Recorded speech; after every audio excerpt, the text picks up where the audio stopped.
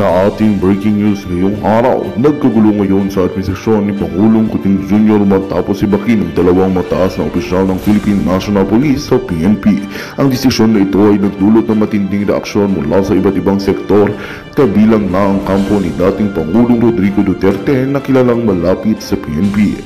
Ayon sa mga ulat, ang pagtanggal sa pwesto ng dalawang PNP generals ay kaugnay sa umano'y pagkakasangkot ng mga ito sa iba't ibang kontrobersyal na operasyon at aligasyon ng katiwalian. Ang hakbang na ito ni Pangulong Kuting Jr. ay tinuturing na isang paraan upang linisin ang hanay ng kapulisan at magpakita ng mas matatag na pamunuan. Gayunpaman, maraming eksperto ang nagsasabing maaaring lumala ang sitwasyon kung hindi maayos na mahahawakan ng isyu. Samantala, hindi pinalampas ni dating Pangulong Rodrigo Duterte ang pagkakataong magbigay ng pahayag ukol sa insidente. Sa kanyang pinakauling talumpati, matapang niyang sinabi na handa siyang kaladkarin si Pangulong Kuting Jr. kung mapapatunayan ng umano'y mga pagkakamali sa pamahalaan. Ayon pa kay Duterte, mahalaga na mapanatili ang tiwala ng publiko sa mga institusyon tulad ng PNP at kailangang maging maagap at ekspertibo ang kasalukuyang administrasyon sa pagtugon sa mga hamon na ito. Patuloy ang pagkaantabay ng buong bansa sa mga susunod na hakbang ni Pangulong Kuting Jr. upang maresolba ang isyong ito. At yan nga ang balitang ating pagkakatutukan. Ngunit bagong lahat, siguraduhin mag-subscribe at i-hit ang notification bell para sa patuloy na pagtutok sa mga sulyap ng bagong balita sa tunay na boses ng masa.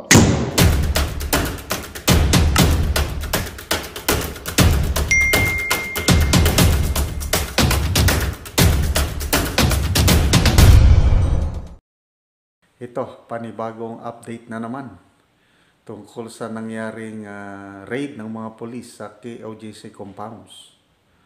Ito, kapapasok lang na balita. Sa wakas, inamin na rin ng PNP na parang may pagkukulang, may nasubrahan. So, paano? Ito, balita, tinanggal ang 3 matataas na opisyal sa PNP na may kinalaman sa raid na yon at iba pa. Pakinggan natin itong balita ng UNTV News. Nalis ang director ng Pro-11, may kinalaman ba ito sa kontrobersyal na pagsisilbi ng warrant of arrest kay Kibuloy? Tama ka dyan, Aga, no? May kinalaman nga ang pagkakaalis nila sa pwesto dahil sa bigong operasyon sa 5 property ng Kingdom of Jesus Christ kung saan nagkaroon ng mga aligasyon na sa hindi tamang paraan ng pagpasok ng mga pulis sa loob ng compound ng KOJC. Bukod dyan na Aga, negatibo ang resulta ng operasyon dahil hindi naman naaresto ng mga pulis si Apollo Kibuloy at ang 5 pang co-accused nito. Bukod kay Police Brigadier General Aligre Martinez na direktor ng Pro-11, tinamaan din si Police Major General Ronald Lee na direktor naman ng Directorate for Operation at si Police Colonel Edwin Portento ng Intelligence Group. Inilipat ang mga ito sa Personnel and Holding Unit ng DPRM.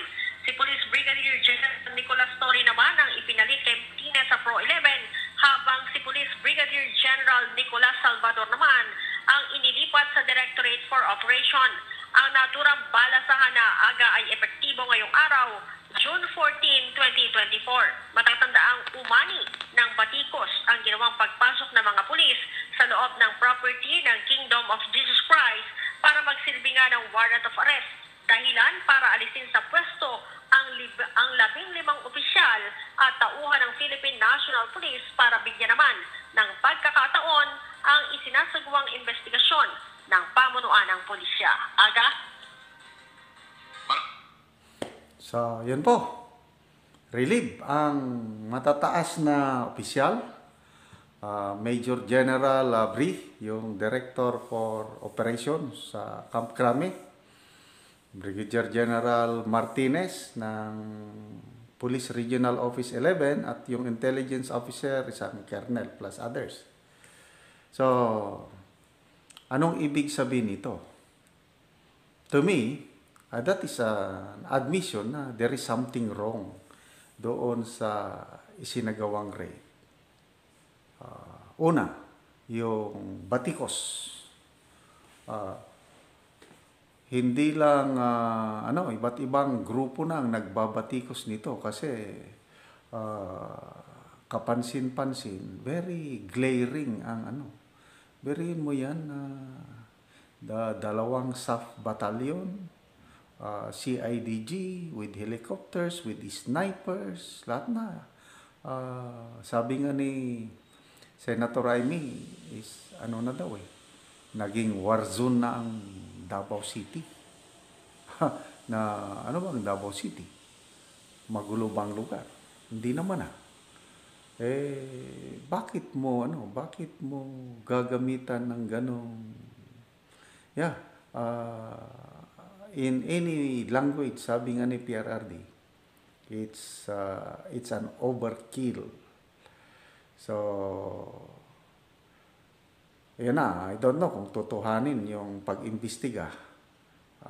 Bakit ganun nangyari? Hindi naman gagawin yun ng PNP kung walang nag-utos. Of course, may nag-utos niyan. Alam nyo na. Alam na, yung powers that be. Inutusan. Mga pulis naman, ginawa lang yung tungkulin. Yun.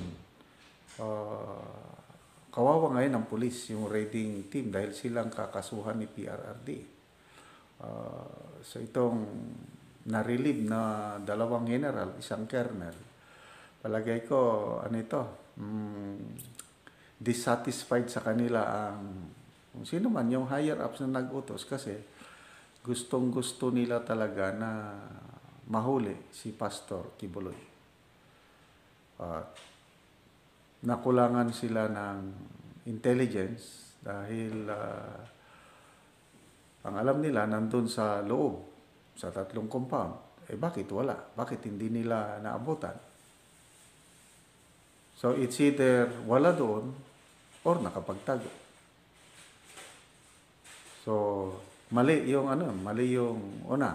yung excessive use of force plus yung timing. Tinapat nila ng madaling araw yung pag-raid, hoping na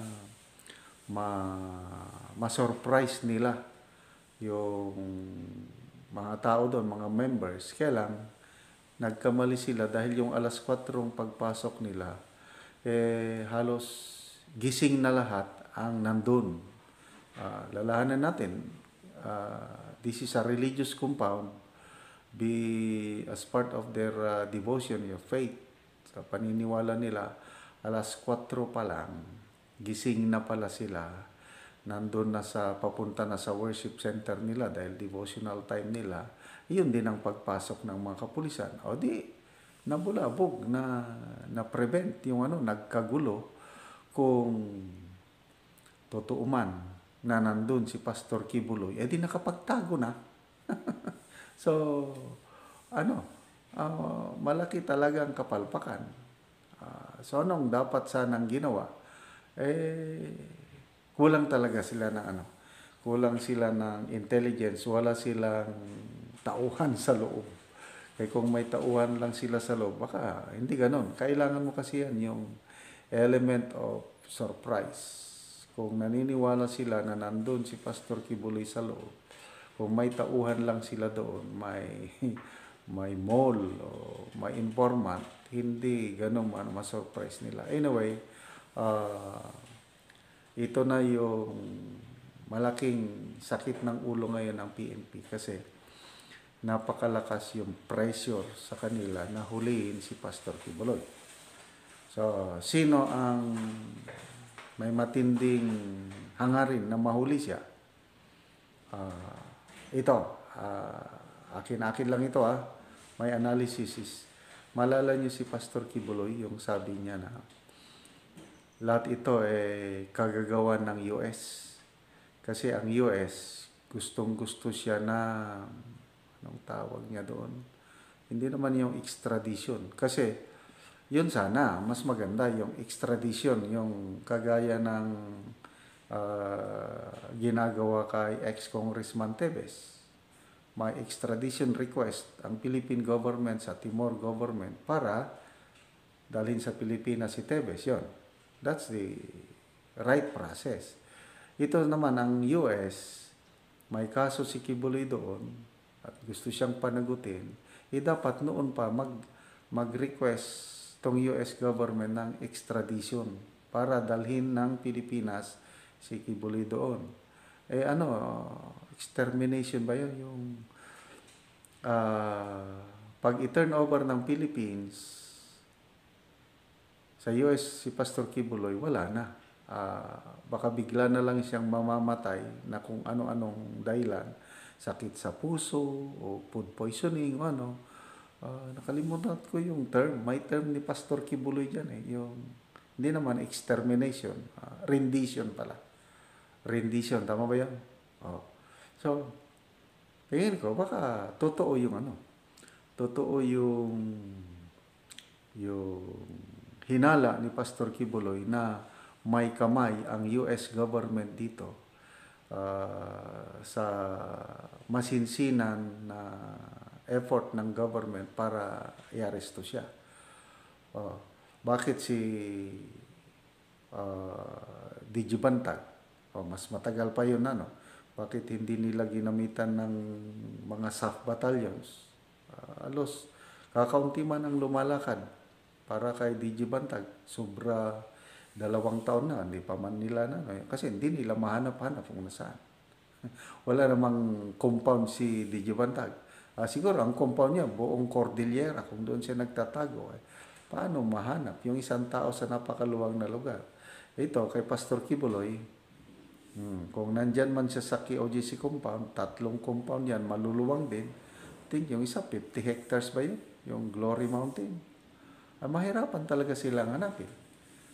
So, kawawa, itong mga narilib. Sila na ang baka sila pa ang kasuhan sana wag nang kasuhan yung mga ordinary SAP members kasi sumusunod lang yan. Kasi galit na si PRRD. Talagang pinapahanda niya na yung mga kakulang papeles para maipile ang kaso. Sana ang kasuhan itong mga nag-utos at hindi yung mga ordinaryong pulis lang, mga SAP members na sumunod. So, ito yung latest kong update kanina. Ang PNP kakasuhan din daw ang 6 na KOJC members na may hawak na itak at mga baril ba yun. So, yun na. Labanan na ng kaso-kaso. Pag-usapan natin ngayon ang bagong sumiklab na digmaan. World war between the senators and the congressmen. Nako, ano ba yun? Mga February or March, grabe ang world war ng mga senador at congressman dahil sa People's Initiative, Cha-Cha. Okay, ito ron, medyo nag-die down yung palitan nila ng maang-ahang na salita. Ngayon, bumalik na naman. So ano ang dahilan? Bakit nagbabangayan na naman ang ating mga senador at congressman? Okay. So dito sa Philippine Star na headlines, House, Young Guns, Islam, Senate, wasteful spending. Ano daw? Ang mga senador, asyong aksaya. Mga kabataan, hindi nila alam yung asyong aksaya. Yung masyadong magastos. So, inaakusahan ng mga young guns, mga batang kongresista, ang mga senador. Masyado kayong burara sa paggastos. Sagot naman ng mga senador, lalo na si Senator Pimentel, sabi niya, look at your own backyard. Para kayong nagmamalinis, kala nyo kung sino kayo, tignan nyo muna inyong mga sarili. Ayun ang palitan ng maanghang na salita ngayon. Okay. Bakit inakusahan ng mga kongresista, mga senador na wasteful spending? Dahil po dito sa pagpapatayo ng bagong building ng Senado. Okay? So, nag-announce si Senator Chis Escudero kamakailan lang, 2 days ago siguro, na nag-order siya ng pagpapahinto sa construction ng Senate building. Kasi, para bang ang plano sana, matagal na itong naumpisahan, itong construction ng Senate building. Kasi lilipat sila mula sa GSIS building, lilipat ng mga senador sa pinapatayong new building. Ng target sana is baka next year, pwede nang pumasok. Nagdesisyon si Senator Escudero na i-halt muna yung i-stop muna yung pagpapagawa kasi nga lobo na yung cost. Okay, magkano ang cost? So, originally, 8.9 billion lang ang budget. Nung nasimulan ito, I think 2018. I'm not mistaken. 8.9 billion. Nasimulan. Ngayon, lumobo na ng 13 billion pesos. Okay? Dahil sa katagalan tumataas ang mga construction materials. So, tumataas din yung cost. Ngayon, meron na namang additional 10 billion pesos para makumpleto ang bagong building ng mga senador. So, total 23.3 billion pesos ang gagastusin natin. Pera ng taong bayan. Kaya, maraming umaangal at ito na nga, ang unang umangal, mga batang kongresista, young guns kung tawagin. Tinawag nila yun na wasteful spending. Okay. So, nagsalita si Senator Pimentel, sabi niya, I advise the young guns. Mamaya, i-identify natin sino mga batang kongresista na bumabati ko sa mga senador. Unahin muna natin si Senator Coco Pimentel dahil veterano na ito. Sabi niya, I advise the young guns in the House of Representatives to first look at the dramatic increase in the budget of the House. Okay. From 16 billion as reflected in the President's proposed budget to the final amount of 28 billion in the General Appropriations Act of 2024. Wow! Ano ngayon? Ang original lang na budget ng House is 16 billion, naging 28 billion.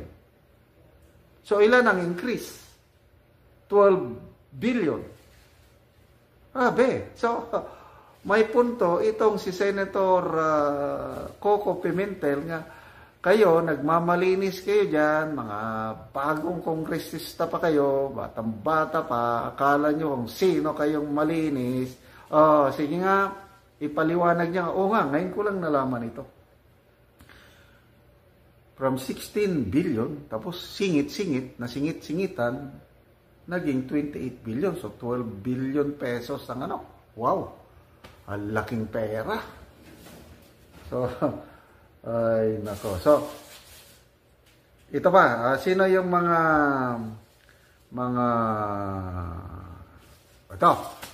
kongresista, mga batang kongresista. Sabi ni Congressman Ramon Gutierrez ng One Rider Party, sabi niya, the construction of the new Senate building is a prime example of why stringent checks and balances are essential. So, maganda ang ginawa ni Senator Escudero na pina-stop niya muna kasi bakit ang laki? Pag-aralan muna. So, ito yung sinasabi ni Congressman Gutierrez. The significant cost overrun calls for a reassessment to protect our nation's fiscal health. Ito na, nagmamalinis. Baka daw malugi tayo. Anong malugi? 12 billion ngayong dinagdag sa pundo ng House. O fiscal health ka dyan. Okay.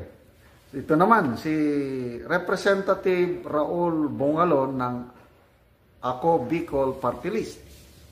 Ano sabi niya?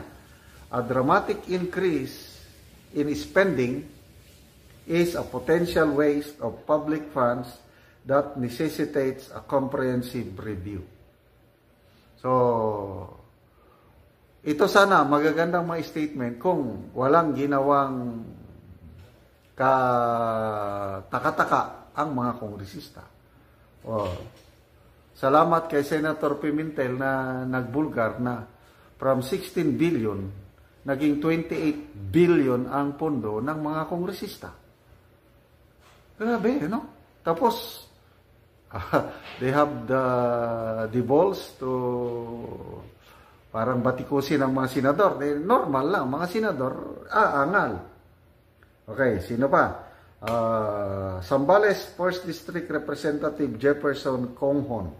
So, pangatlo na ito, sabi niya, delaying the project for a comprehensive review is a responsible decision. Public infrastructure projects should reflect prudent financial management. We must hold this project until a clear and transparent review can guarantee that the funds are used appropriately and for the benefit of all Filipinos. Wow! So, makikita mo, maganda naman ang sinasabi nila. Na para bang concerned sila sa pera ng taong bayan na dapat gastusin yan up to the last centavo, walang ano. Ano ngayon yung ginagawa sa Kongreso? Resolution number 10 na ano na ba? Na invalidate na ba? O tuloy-tuloy pa rin? Yung clearing by certification lang, millions of pesos perma lang ng mga kongresista, tapos na. Yun ba yung sinasabi na prudent financial management? Nagtatanong lang naman. Sino pang mga ano? Ito naman, La Union 1st District Representative Paulo Ortega, ganon din ang sinasabi niya. Dapat daw wag sayang-sayangin ang pera ng taong bayan. Nako, ang gagaling naman ng ating mga congressman. So, yun po, I don't know kung, itong away na ito, world war na ito, lalong maapektuhan ang performance ng ating mga mambabatas na dapat sana ito is, so, wag na lang mag-comment-comment. Dahil pare-parehas naman kayo na gumagastos ng pera ng taong bayan, kawawa ang taong bayan, pataas ng pataas ang bilihin, kayo naman dyan, gastos kayo ng gastos, mga pera ng taong bayan, hindi nyo pera yan. Gusto kong i-share sa inyo ang kaganapan sa live press conference ng Kingdom of Jesus Christ sa Davao City tungkol sa nangyaring raid ng mga pulis. Kasi sa social media ngayon, alam nyo naman, maraming trolls ang diktadora. Nako, ginatwist nila yung tunay na pangyari. Wala daw overkill, mapayapa daw, walang ginawang pagmamalabis. So maganda, nagkaroon ng press conference para malaman natin right from the horse's mouth, yung talagang nandun. Ano talagang nangyari? Okay. So, pakinggan natin ang pagpapaliwanag ng mga nakasaksi sa police raid sa KOJC compound. Si Brother Carlo Matiin, ang KOJC Minister. Si Sister Eleanor Cardona, ang ating Executive Secretary ng Kingdom of Jesus Christ. Kasama din natin ang ating mga legal counsel sa Kingdom of Jesus Christ, si Attorney Maria Gloria Aracol, Attorney Eunice Ambrosio, Attorney Adam Hambangan, Attorney Dina Tolentino Puentes, at Attorney Israelito Torion. Mga kababayan, laban ng social media. ang mga videos kaugnay sa laganap noong June 10. Pero ano nga ba ang katotohanan sa mga videos na napapanood ng ating mga kababayan? Ang mga Kingdom of Jesus Christ workers nga ba ang nanguna nang lumusob ang mga in full battle gear, ang mga kapulisan, ang elite forces o ang Special Action Force ng Philippine National Police. Ngayong gabi, magsasalita ang isa sa mga ministro po natin na nandoon po noong June 10 at isa sa mga humarap sa mga kapulisan. Ilalahad ang katotohanan. Walang iba kundi si Brother Carlo Catiel. Magandang gabi, Brother Carlo. Magandang gabi, kapartner Hana. Unang-una sa lahat, magandang gabi sa lahat ng ating mga kababayan, sa mga nanonood ngayon sa SMNI, kung saan man naabot ang broadcast po nito sa live po sa social media. Unang-una, nagpapasalamat po tayo sa ating dakilang Ama sa pagkakataon po ito na may salaysay, may lahad ang tunay na nangyari last Monday po, June 10 po, 2024. Kasi napakasakit po sa aming damdamin puso na mabasa po sa mga social media yung mga balita na tinitwist po at hindi po totoo ang mga nangyayari. Binaligtad po. Kung may makapagsabi po ng totoo kung ano po at ano talaga nangyari yung June 10 po, kami po, kasi kami po yung nandoon po mismo sa gate. So ilalahad ko po detalye kung ano talaga yung nangyari doon. Every 4 o'clock in the morning po, magkakaroon po kami ng devotional prayer. Ito po yung buhay namin dito sa Kingdom. May prayer po kami every 4 o'clock in the morning doon po sa Kingdom Plaza. Yung Kingdom Plaza po, malapit lang po yung main gate po natin. Doon po labas-pasok po ang mga sasakyan. Dyan po yung pinaka-main gate po natin. So sa prayer po, around 3:50 in the morning, naglilinya na po kami niyan, separate yung babae at lalaki. And then around 3:55, about to start na po at 4 o'clock, bigla po nag-alarm yung siren po dito sa compound. At noon po, nung piningnan ko yung gate, gumagalaw na pag umuuga. Tinakbo ko po doon, takbuhan na po kami doon. Then nakita ko po, unang ulo, nung lumabas doon sa gate, nakadungaw na, ulo may helmet po. May hagdanan na pala, nakasampa. Nung sumampa na rin po ako. Yung nakita niyo po yung sa video, yung pinaka-start niyan, yung una pong sumampa na humarap po sa operatiba po ng Special Action Force. Nabigla ako kasi biruin mo, napakahaba ng baril. Tapos paglingon ko, ang dami pala nila doon sa gate. Tapos isa-isa na lang sinampa yung hagdanan nila, 3 hagdanan. Then isa-isa na lang silang pumunta doon. So, dinipa ko po ang aking mga kamay at sinabi ko, Sir, ano bang nangyari? Sir, meron po tayong document. Doon pa lang po sa taas, gusto ko na pong malaman, ano pong nangyari? Bakit po kayo narito? Bakit po kayo pilitang pumasok? Habang po para nagpapentintero po kami doon sa taas. Sumampa na po yung pangalawang pulis, pangatlo, hanggang sa 6 o 7 pulis. Pero, tinawag ko po yung mga kasama po natin ng mga missionary workers hanggang kami pong lahat ay nandun na po sa babaw ng fire truck at wala na po silang space. Hanggang sa natulak po namin sila pababa, ang iba po, diretsahan na pong tumalon dun sa pabalik nung sa labas ng gate at yung isa po na operatiba ay doon po bumagsak sa loob mismo ng gate, yung may space po between fire truck and the gate. Yun po yung nagbuka sa right wing po ng gate po natin. Yung pagbukas po ng right wing ng gate natin, doon na po pumasok sila. Doon na po nagkaroon ng konting commotion po kasi nandun na nakaabang yung mga kababaihan po natin, mostly mga maliliit na mga Bible school students po at mga matatanda po. Kasi nga, na-shock po talaga kami.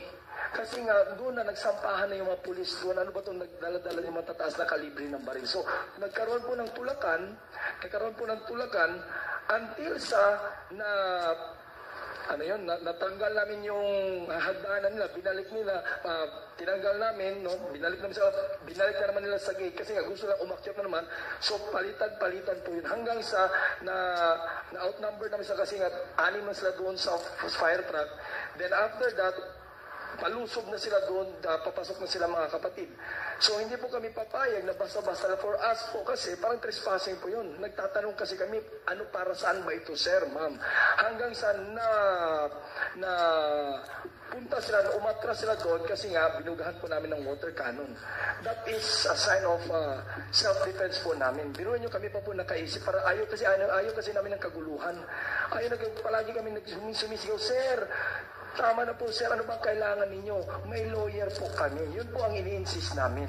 In my part po, sinabi ko talaga, sir, may black and white, may dokumento po ba tayo, sir? Kasi sir, may lawyer, pwede po tayo makapagkitay sa lawyer po namin. As if they are not listening at wala silang narinig. Magandang balita ang hatid namin sa inyo ngayong araw. Sa pagtatapos ng aming balitaan, nagbigay kami ng mga mahalagang impormasyon. Maraming salamat sa pagtutok at pagsuporta sa aming programa. Huwag kalimutang manatili sa mga susunod na araw para sa mga bagong balita at mga kwento na dapat nating abangan. Mula sa Boses ng Masa, magandang araw, Pilipinas!